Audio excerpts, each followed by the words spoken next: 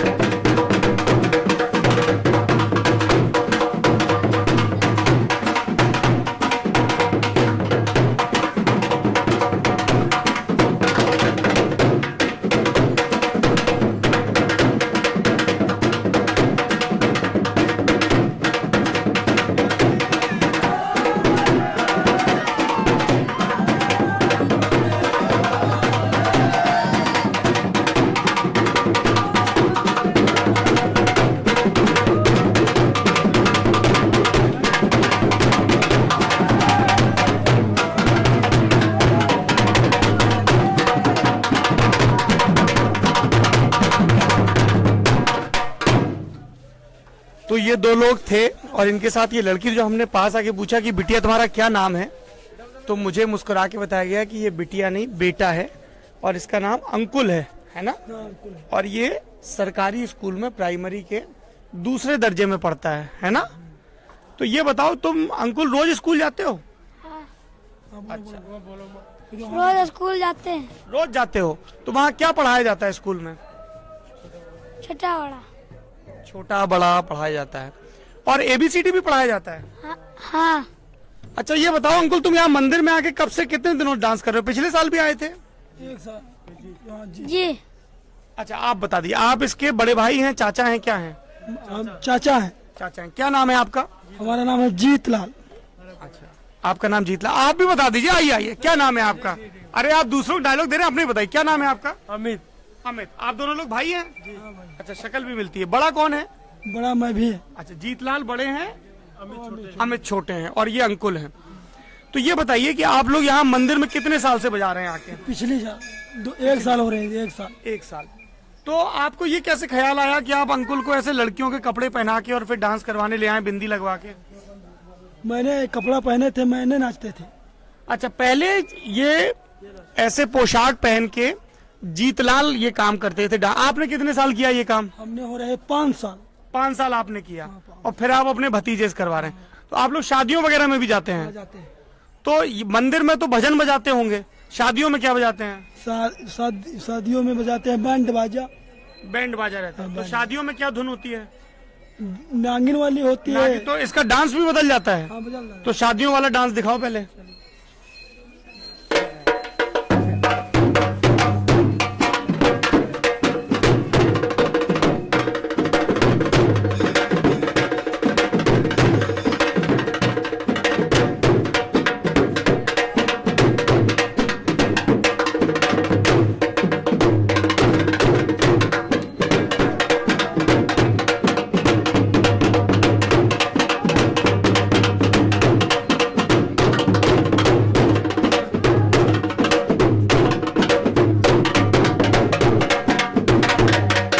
अच्छा ये बताइए कि जैसे आपने अंकुल को जब पहली बार कपड़े पहनाए तो उसने मना नहीं किया कि हम बिंदी नहीं लगाएंगे या कुछ?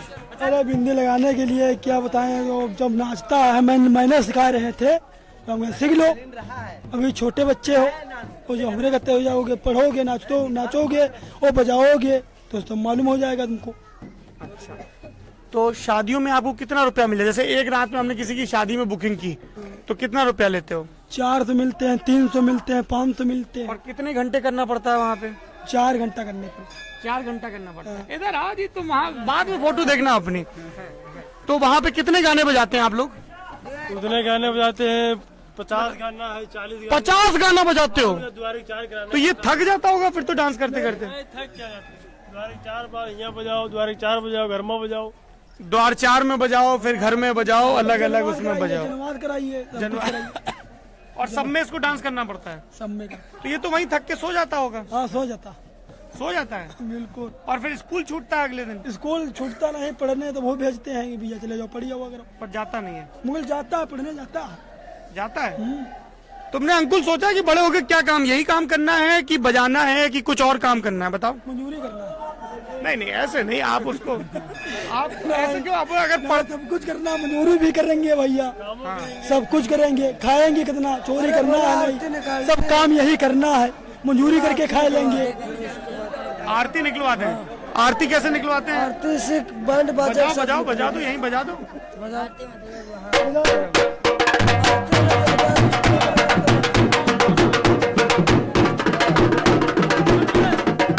हो तो रही है।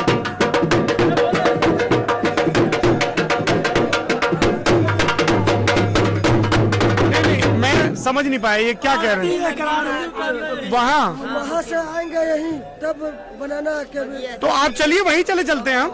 हाँ चलिए। यहाँ पे आसपास के कई जिलों के लोग आते हैं। हाँ जी बताइए, क्या नाम है आपका? हमारा विष्णुदयाल साहब। क्या करते हैं आप विष्णु जी? यहाँ से मैं मोर पंख इकट्ठे करके ले जाते, पंडों पे ठेका ले लेते। यहाँ पे जो लोग कांवड़ लेके आते हैं, अभी दरअसल समय ऐसा है कि हम आपको कोई कांवड़ आता हुआ नहीं दिखा पा रहे हैं, शाम हो गई है, तो उसमें ये मोर पंख लगे होते हैं, तो आप इकट्ठा कर लेते हम हैं? इकट्ठा करके ले जाते। कहाँ ले जाते हैं? ये हम अपने ले जाते हैं घर पर, और फिर कन्नौज जिले में ले जाते हैं। फिर इनको आप रखते हैं, बेचते हैं, क्या करते हैं? ने इनको पंखे बना बना के बेचते हैं। अच्छा, तो एक पंखे में कितने मोर पंख लग जाते हैं विष्णुलाल जी? पंखे में लगते हैं 10 लगा देते हैं, 8 लगा देते हैं। और कितने का बिक जाता है एक पंखा? एक पंखा 20 रुपया बिकिया है, 25 रुपया। तो कहाँ बेचते हैं आप? वहीं गांव में, हाट में, बाजार में? कहाँ बेचते हैं? बाजार में बेचते हैं। बाजार में बेचते हैं। तो घर में आपकी जो चाची होंगी, बिटिया होंगी, सब लोग बनाते हैं कि आप अकेले? सब लोग बनाते हैं। सब लोग। आपको कैसे पता? मेरा फादर है। अच्छा, आपके पिताजी हैं? क्या नाम है आपका? लेखराज सिंह। तो आप दोनों लोग कांवड़ भी लेके आते हैं या सिर्फ यहाँ? हम लोग जल्दी चढ़ाते हैं यहाँ पे आके, जल अभिषेक करने के बाद फिर अपने इस काम में लग जाते हैं। तो कितना इकट्ठा कर लेते हैं? कितना मोरपंख हो जाता है? लगभग थोड़ा सा इस तरीके से, इतना बस 2-3 रोज हो जाते हैं। 2-3 बोरी हो जाती है? हाँ। और फिर लेके कैसे जाते हैं? बड़ा संभाल के ले जाना पड़ता होगा कि ये खराब ना हो जाए। इसको सर स्टॉक करने के बाद रोल कर लेते हैं, रोल करने के बाद फिर कन्नौज ले जाने के बाद इसको बनाते हैं, फिर मार्केट में बेचते हैं। कन्नौज में मार्केट में बेचते हैं। तो एक बात बताइए बाबूजी कि आपके कन्नौज में तो खूब काम हुआ होगा, डिम्पल यादव वहाँ से सांसद हैं, कि नहीं हुआ काम? तो हुआ, लेकिन कुछ एरिया ऐसे हैं जहाँ विकास अभी भी नहीं हुआ है। जैसे आपके गांव में विकास हुआ है? अभी तक तो नहीं हुआ। अभी तक नहीं। कभी आपने सपा के नेताओं से कहा कि भैया हमारे गांव में भी विकास? काफी दफा गए। काफ़ी दफ़ा गए, घर पे भी मिलने गए, लेकिन मिलने नहीं दिया जाता है। मिलने नहीं दिया जाता। मालूम पड़ता है विधायक जी की छत पे हैं, लेकिन नीचे मना कर दिया जाता है कि साहब आज लखनऊ में हैं, लेकिन नीचे से ऊपर दिखाई देते हैं विधायक जी ऊपर हैं, और उनसे कहा जाए कि अभी मिलना है साहब से, लेकिन जो उनके पियोन वगैरह होते हैं वो कह देते हैं विधायक जी लखनऊ में हैं। अच्छा, तो आपका बीपीएल कार्ड वगैरह कुछ बना हुआ, आप लोगों का राशन कार्ड? मेरा सर मकान टूटा हुआ है, मुझे अपनी सिस्टर की शादी भी करनी है। अगर मेरे यहाँ पे 4 अतिथि आ जाएं तो मैं उनको उस छत के नीचे बैठ के पानी नहीं पिला सकता हूँ। मैं इतना टूटा हुआ मेरा कच्चा मकान है, आज भी है सर। जमीन मेरे पास 1 बीघा भी नहीं है। तो कोई आप लोगों को सरकारी पट्टे पे जमीन वगैरह नहीं मिली? कोई सहूलियत नहीं नहीं देगी सर, आज किसी तक। सरकार ने नहीं दी? नहीं, किसी सरकार ने नहीं दी। हम भाई ज़्यादा प्रधान से कह सकते हैं, लेखपाल से कह सकते हैं, सेक्रेटरी से कह सकते हैं। अगर किसी नेता से मिलने जाते हैं, मिलने नहीं दिया जाता, क्या करें? किसी ने नहीं दी सर। इतना जमाना हो गया, कहीं कोई सुनवाई नहीं। नहीं दी है। केवल हमारे पिताजी का 1.5 बीघा जमीन हमारे नाम है केवल। उससे क्या होता है और सर? कितने बच्चे हैं आपके? सर, हम 2 तीन बच्चे लोग हैं, 2 बच्चे हैं और 1 लड़की है। तो अब तो वो 1.5 की तो वो पौन बीघा बची। वो सर कुछ नहीं है। तो ये पंखा बनाने का काम कब से करते हैं आप विष्णुलाल जी? इसे हो गए हैं साहब 25-26 साल। तो सिर्फ मोरपंख के पंखे बनाते हैं या किसी और चीज के भी बनाते हैं? और किसी मोर पंख से। मोरपंख के बनाते हैं। जी। तो यहाँ जैसे आपके 2-3 गट्ठा हो जाएंगे, उसके लिए आपको पंडे को कितना पैसा देना पड़ता है?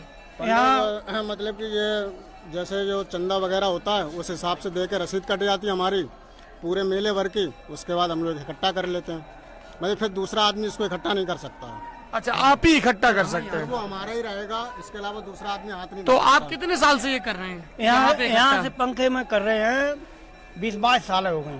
20-22 साल। हाँ, तो जैसे यहाँ तो इतना पंखा मिला, बिक गया, चलो 2 हफ्ते में, फिर उसके बाद मोरपंख कहाँ से आता है? गामन में तो साहब खरीदते हैं। गामन से खरीदा? हाँ, गामन से खरीदते हैं।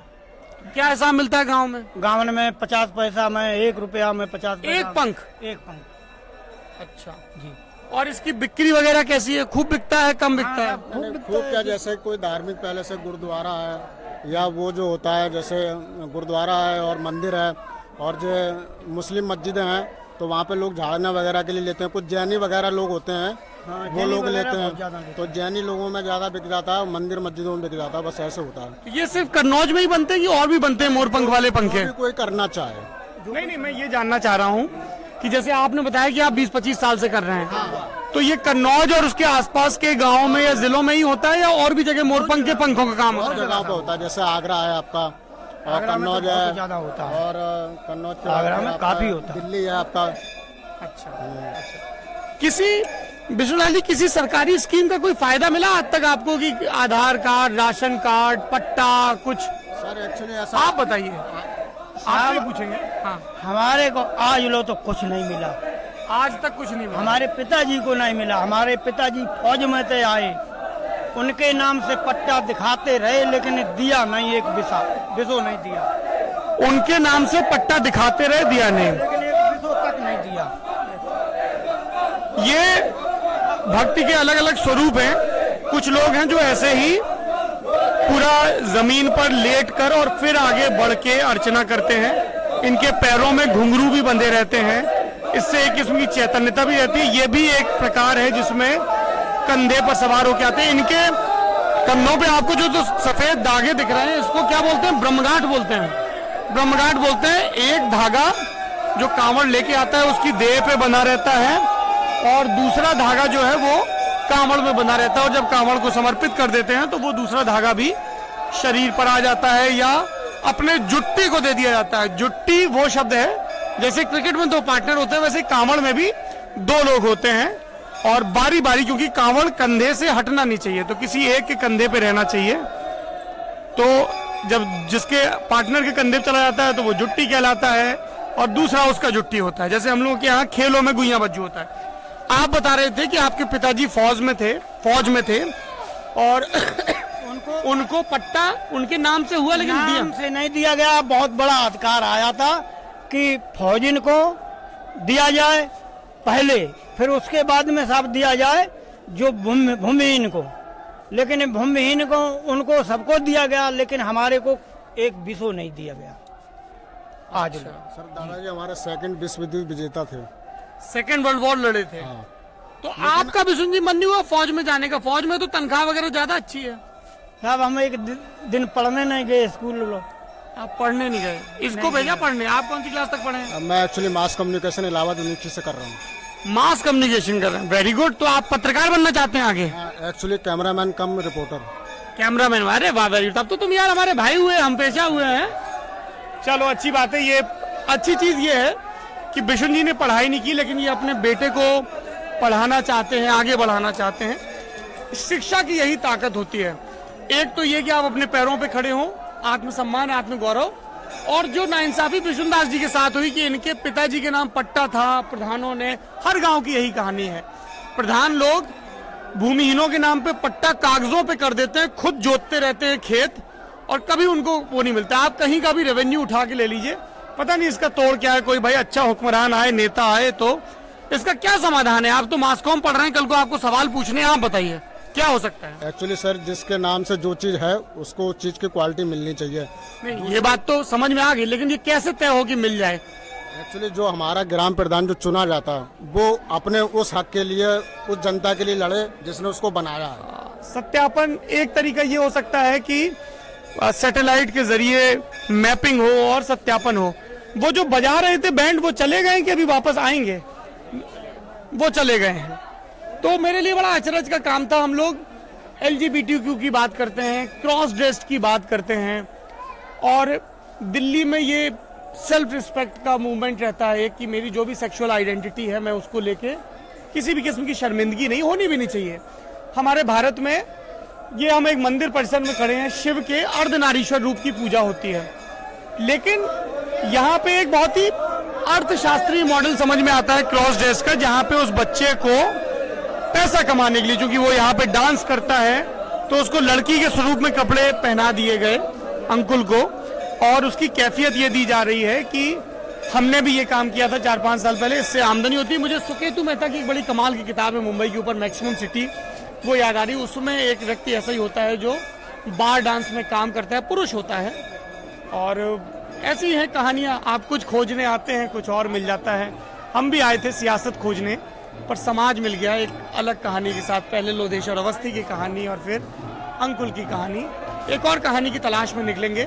उत्तर प्रदेश चुनाव की कवरेज के लिए और चुनाव के बहाने समाज के अतरंगी रंगों को अतरंगी सतरंगी देखने के लिए बने रहिए हमारे साथ। मेरा नाम सौरभ द्विवेदी, कैमरे के पीछे हैं रजत सैन। शुक्रिया।